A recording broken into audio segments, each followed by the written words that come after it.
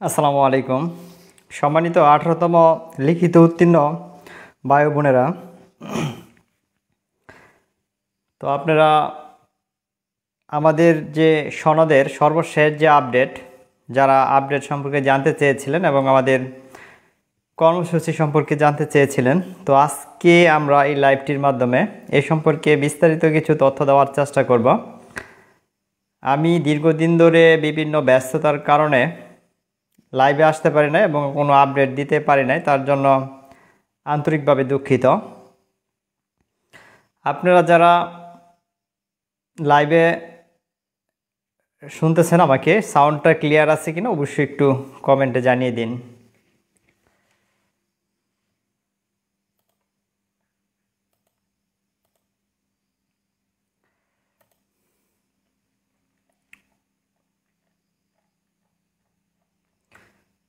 Live কি শুনতে পাচ্ছেন কি না একটু কমেন্টে আমাকে জানিয়ে দিন কেউ, কারণ এর আগে লাইভগুলোতে সাউন্ড না থাকায় আমি লাইভ করতে পারি নাই। সেক্ষেত্রে অবশ্যই আপনারা একটু সাউন্ডটা ক্লিয়ার আছে কিনা একটু কমেন্ট করে জানাবেন প্লিজ।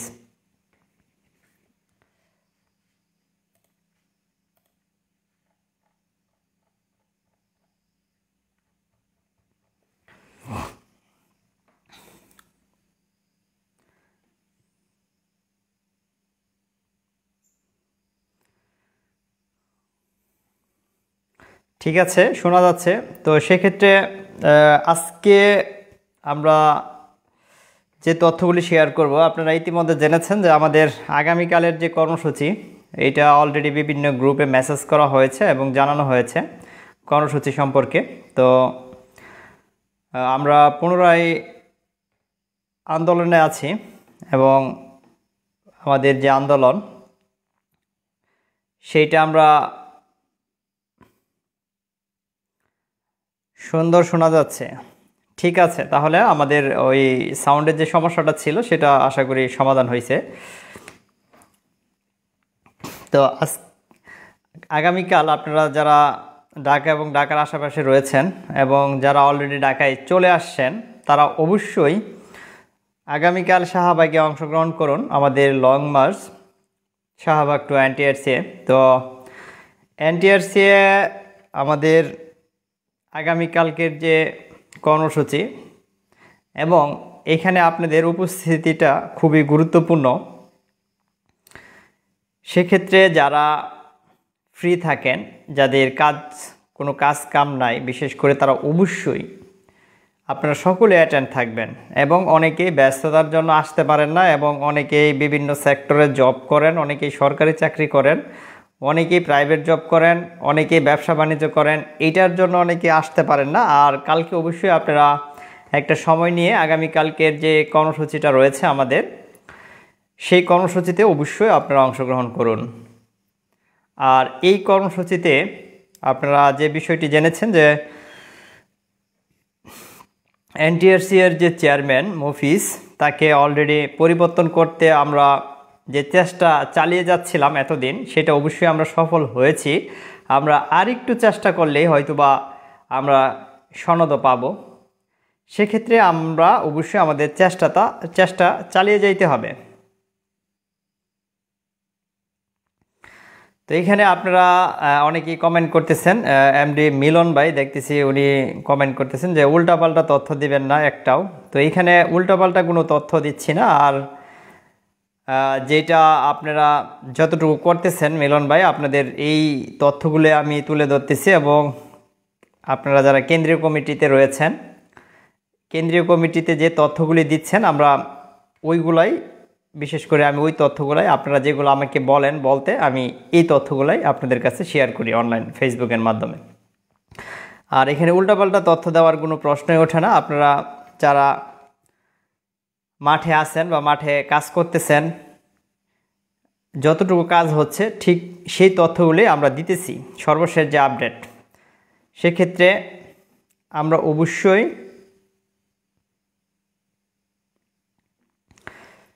এখানে অনেকে বলতেছেন যে আপনি আন্দোলনে আসেন না। আমি যতটুকু সময় পাই এবং আমার প্রত্যেকটা দিনেই নানা ব্যস্ততার মধ্যে থাকে, আমি সময় পাইলে আমি প্রাথমিক দিক থেকে অনেক সময় দিছি। প্রথম দিক দিয়ে আপনারা দেখছেন যে সর্বপ্রথম আমি বিশেষ করে আপনারা বলতেই পারেন যে বিষয়টা আমি শুরু করছিলাম। তখন আপনার হচ্ছে ঈদের পর যখন আমাদের 6 তারিখ ছিল, 6 তারিখ থেকে আমরা জুনের 6 তারিখ থেকে এটা শুরু করছিলাম। সেই 6 তারিখ থেকে আমরা 15 তারিখ থেকে এইভাবে আমাদের ডে বাই ডে কিন্তু কাজ চলছে। জুন, জুলাই, এখন আগস্ট চলে আসছে দেখেন। সেক্ষেত্রে অবশ্যই আমরা প্রথম দিক থেকে বিশেষ করে আমি মাঠে খুবই অ্যাক্টিভ ছিলাম এবং প্রতিদিন রেগুলারলি আমি আন্দোলনে যুক্ত ছিলাম। যদিও আমার নানা ব্যস্ততার মধ্য দিয়ে আমি সময় দিছি এবং এখানে অনেক ভাইয়েরা আছে যারা অনেক বড় বড় পজিশনে আছে, তারপরেও তারা আমার রিকোয়েস্টে দেখছি অনেকে আসছে এবং একদিন হইলেও তারা সময় দিচ্ছে। আমরা দেখেছি যে 22শে জুন অনেকেই আসছিল, জুলাই আসছিল এবং আমাদের যে জুলাইয়ের যে আন্দোলন ছিল সেখানে দেখছি যে আমাদের অনেক ব্যস্ত ভাই বোনেরা তারা কিন্তু অবশ্যই এখানে সময় দিয়েছে, আমরা দেখেছি। সেক্ষেত্রে আমরা যে বিষয়টি বলতে চাচ্ছি যে আমরা আন্দোলন করতেছি ঠিকই, কিন্তু আমরা সফল হচ্ছি না। তো আমরা আমাদের যে আন্দোলন সেটা আরও স্ট্রং থাকতে হবে, জোরালো থাকতে হবে, তা না হলে আমরা সফলতা পাবো না।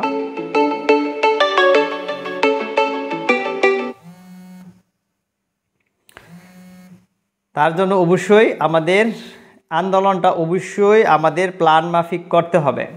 আপনারা যারা এখন মাঠে অ্যাক্টিভ আছেন, যারা মাঠে কাজ করতেছেন, তারা অবশ্যই একটা নির্দিষ্ট যারা আপনারা কমিটিতে রয়েছেন, কমিটির আন্ডারে প্ল্যান মাফিক যদি আপনারা কাজ না করেন তাহলে কিন্তু কোনো কাজে আমরা সফলতা পাবো না। এবং নতুন যে চেয়ারম্যান আসছে আপনারা দেখেছেন যে তার কাছে আমরা যখন দাবিটা নিয়ে যাই, সেই দাবিতে উনি বলছে যেহেতু এটা আইনি প্রক্রিয়ায় রয়েছে তো আপনারা আইনি প্রক্রিয়ায় যান, ওইখানেই সমাধান নেন। আসলে আইনি প্রক্রিয়ার যে সমাধানটা এবং এইখানে আমরা যারা কেন্দ্রীয় কমিটির কাছে রিটের জন্য টাকা পয়সা দিছি অলরেডি, সর্বশেষ রিটের যে আপডেটটা ছিল আপনারা দেখেছেন যে সেই রিটে তারা আমাদের যে ব্রাঞ্চে রিট হয়েছিল এখান থেকে অলরেডি রুল জারি করা হয়েছে এবং রুল জারি অনুযায়ী আমাদেরকে বলা হয়েছিল প্রথমে যে আমাদের রুল জারি করা হবে আমাদের পক্ষে, তো আমাদের পক্ষে রুল জারি করা হয়েছে। জাস্ট এইটুকু কাজ আমাদের হয়েছে, রুল জারি হয়েছে। এখন আমাদের চূড়ান্ত যে রায় আমাদের সনদ দেওয়ার সেইটা কিন্তু আমাদের এখনও হয়নি বা ওইটা নিয়ে আমাদের কাজ চলবে পরবর্তীতে, আমরা আশা করতেছি। তো এখানে আপনারা অনেকে জানতে চাচ্ছেন যে এখানে কমেন্ট করেছে, আমি দেখতে পাচ্ছি যে নূরে আলম তিনি বলেছে এনটিআরসি এরা সনদ দেয়, চাকরি দেয় না, আর লিখিত নাম্বারের উপর চাকরি হয়। হ্যাঁ, সেটা তো অবশ্যই এনটিআরসি এরা সনদ দেয় এবং আমরা মেধার ভিত্তিতে চাকরি পাওয়া হয়, এটা হচ্ছে সিস্টেম। তো সেক্ষেত্রে এইখানে আপনারা একটা কথা বারবারই বলেন যে লিখিত পরীক্ষায় আমরা যারা উত্তীর্ণ হয়েছি তাদের সকলকে সনদ দিতে হবে। হ্যাঁ, যারা আমরা লিখিত পরীক্ষা উত্তীর্ণ হয়েছি তাদেরকে অবশ্যই সকলকে সনদ দিতে হবে। এছাড়া যেহেতু ভাইবা মার্ক কাউন্ট করা হয় নাই, আমরা অনেক চেষ্টা চালিয়ে যাচ্ছি যাতে অ্যাটলিস্ট আমাদেরকে যাতে সনদটা দেওয়া হয় এবং আমাদের মেধা তালিকায় অংশগ্রহণের যাতে সুযোগ দেওয়া হয় সেটির জন্য আমরা কাজ করতেছি। ইতিমধ্যে আপনারা দেখেছেন যে এনটিআরসি এর সবগুলি দুর্নীতি প্রমাণিত হয়েছে। এনটিআরসি এ তারা কী লেভেলের দুর্নীতি করছে আপনারা সেই বিষয়টি ইতিমধ্যে দেখেছেন এবং এটা আমরা দেখেছি মন্ত্রণালয়ে এটা নিয়ে অনেক আলোচনা হয়েছে, কিন্তু কেউ এটা নিয়ে মুখ খুলতেছে না। আমরা দেখেছি প্রত্যেকটা মন্ত্রণালয়ের ইতিমধ্যে এই বিষয়টি নিয়ে প্রত্যেকটা সচিবগণ জানেন যে এনটিআরসি এর 18তম ভাইভাতে দুর্নীতি করা হয়েছে এবং ভাইভা ফলাফলে দুর্নীতি হয়েছে। এছাড়াও যারা এনটিআরসি এর যে চেয়ারম্যান ছিল সাবেক আগে মফিজ, এই মফিসের বাসায় যে 113 জন গিয়েছিল ওই 113 জনকে সকলকে পাশ করানো হয়েছে, যেটা সম্পূর্ণ অবৈধ ছিল। এবং আরেকটা বিষয় হচ্ছে যারা ভাইবা দিতে আসে নাই তাদেরকে আবার ডাইকা ভাইবা নিছে, যেটা সম্পূর্ণ অবৈধ ছিল। তো এরকম অবৈধ অনেক কাজ এনটিআরসিএ করছে, এটা প্রমাণিত হয়েছে। কিন্তু সব কিছু প্রমাণিত হওয়ার পরেও আমরা আমাদের যে দাবিটা সেটা এখন আদায় করতে পারতেছি না। সেক্ষেত্রে অবশ্যই আমাদের যে বিষয়টি মাথায় রাখতে হবে দাবি আদায়ের লক্ষ্যে, এখানে হচ্ছে এনটিআরসিএ, এটা অবশ্যই এনটিআরসিএকে বোঝাতে হবে তারা যে দুর্নীতি করছে, এবং এনটিআরসিএর নতুন চেয়ারম্যানকে এই বিষয়গুলি ক্লিয়ার করতে হবে। আমাদেরকে সফলভাবে এবং সঠিক তথ্যের মাধ্যমে আমাদের স্মারকলিপি প্রোভাইড করতে হবে, এবং এনটিআরসিএর নতুন চেয়ারম্যান এটা নিয়ে যাতে কাজ করে এটা অবশ্যই তাকে অবগত করতে হবে। আর ভাইবার যে ব্যাপারটা, এনটিআরসিএ কিন্তু সামনে ভাইবাতে আরও কঠোর হবে, তারা দেখা গেছে আরও দুর্নীতি করতে পারে। সেই ক্ষেত্রে ভাইবাতে যাতে অ্যাটলিস্ট কোনো দুর্নীতি না হয় এই বিষয়টা খেয়াল করতে হবে। প্রয়োজনে 19তম প্রার্থী যারা আছে তাদেরকে আগে থেকেই জানিয়ে দিন যে আমরা চেষ্টা করতেছি 19তম প্রার্থী যাতে আমাদের সাথে আসে, আমাদের সাথে কাজ করে একসাথে, এবং ভাইবাতে যে দুর্নীতি বাটপারি হয় এইটা যাতে সবাই বুঝতে পারে।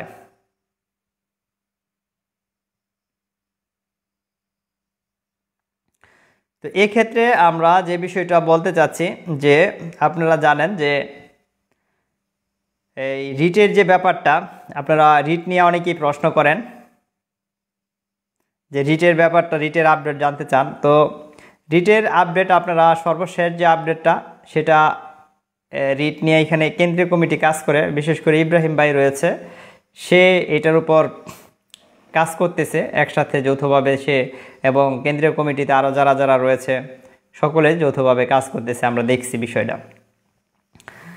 সেক্ষেত্রে আপনারা রিটের ব্যাপারটা বেশি জানতে ইন্টারেস্ট ফিল করতেছেন, সবাই রিট সম্পর্কে জানার জন্য কমেন্টও করেন বেশি বেশি, কারণ সবাই রিটের জন্য টাকা পয়সা দিচ্ছেন কেন্দ্রীয় কমিটির কাছে, এবং আমরা সবাই টাকা দিছি। আমি নিজেও কেন্দ্রীয় কমিটির কাছে টাকা, আপনারা যারা দিচ্ছেন তাদেরটা সহ আমারটা যৌথভাবে দিছি একসাথে, এবং সকলের তালিকাভুক্ত দেখছেন যে এখানে টোটাল 1400 জনের মতো একটা তালিকা করা হয়েছে, এবং সেখানে আমাদের এই 1400 জনের এইগুলোর মধ্যে একটা রুল জারি হয়েছে। এই রুল আমাদের যে ডকুমেন্ট ছিল এই ডকুমেন্টগুলো দিয়ে।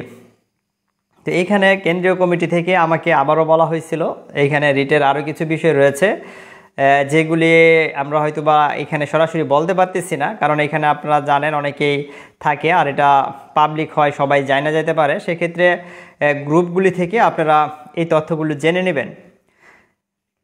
এখানে গ্রুপগুলিতে যে তথ্যগুলি বলা হয়েছিল রিট নিয়ে, এই তথ্যগুলি ইতিমধ্যে বিভিন্ন গ্রুপে শেয়ার করা হচ্ছে যে পরবর্তী রিটের কি কার্যক্রম চলমান রয়েছে এটা আপনারা জানতে পারবেন। তো ইতিমধ্যে আমরা দেখতে পাচ্ছি যে এখানে আমাকে অনেকেই ভুলভাল কমেন্ট করতেছেন, যে লেখছেন মানে আমাকে বাটপার বলতেছেন এই আর কি। তো আপনাদের জন্য এত কিছু করার পরেও যদি আপনারা এরকম কমেন্ট করেন, তো আসলে এই জন্যই আমি লাইভে আসতে চাই না। অনেকেই দেখতেছি যে 5% পিপল রয়েছে, 5% ক্যান্ডিডেট রয়েছে যারা উল্টাপাল্টা কমেন্ট করেন, যেটা আমি একদমই সহ্য করতে পারি না। সুতরাং কেউ উল্টাপাল্টা কমেন্ট করবেন না। সবাই অবশ্যই আপনারা যে তথ্যটি জানতে চান, আমি যতটুকু জানি ঠিক ততটুকুই আপনাদেরকে জানানোর চেষ্টা করতেছি। আপনারা যারা আগামীকাল আমাদের যে লং মার্চ টু এনটিআরসিএর এই কর্মসূচিতে আসতে চাচ্ছেন তারা অবশ্যই চলে আসেন। আর যারা ইতিমধ্যে ঢাকার আশেপাশে রয়েছেন কালকে সকালেই চলে আসবেন, এবং এনটিআরসিএর অফিসের সামনে আমাদের কালকের যে দাবি দেওয়া সেটা যাতে আদায় হয় এই ব্যাপারে আমাদের আরও ফোর্স করতে হবে। এবং কালকের আন্দোলনের মাধ্যমে আপনারা দেখবেন যে এইখানে আসলে আমাদের যে দাবিটা এটা সুন্দর করে ফুটিয়ে তুলে, এবং এইখানে যারা এটার মধ্যে দায়িত্বরত রয়েছে আপনারা সকলেই এটা নিয়ে অ্যালার্ট থাকবেন, এবং যারা দায়িত্বে রয়েছে তাদেরকে আগে জানিয়ে দিবেন, যাতে এটা অবশ্যই আমি কালকে আসার চেষ্টা করব। কারণ আমার এইখানে আমি আপনাদেরকে যে বিষয়টি জানাতে চাচ্ছি যে ব্যস্ততার কারণে আমি কিন্তু এখন আগের মতো অ্যাক্টিভ থাকতে পারি না মাঠে। সেক্ষেত্রে যারা মাঠে থাকবে এবং যারা এটার মধ্যে দায়িত্বরত থাকবে তারা যাতে এই জিনিসটা ভালোভাবে ম্যানেজমেন্ট করে, এই ম্যানেজমেন্ট সিস্টেমটা আমাদের অবশ্যই গোছালো থাকতে হবে, তাহলে আমরা সফলতা পাবো। তা না হলে আমাদের সফলতা পাওয়াটা অনেক কঠিন হয়ে দাঁড়াবে। তো অবশ্যই আমরা কালকের যে আমাদের কর্মসূচি সেটা পালনের জন্য কালকে সবাই আসেন, একসাথে আমরা বিষয়টা যাতে সফল হই এটা নিয়ে সবাই যৌথভাবে কাজ করবো ইনশাআল্লাহ। আসসালামু আলাইকুম।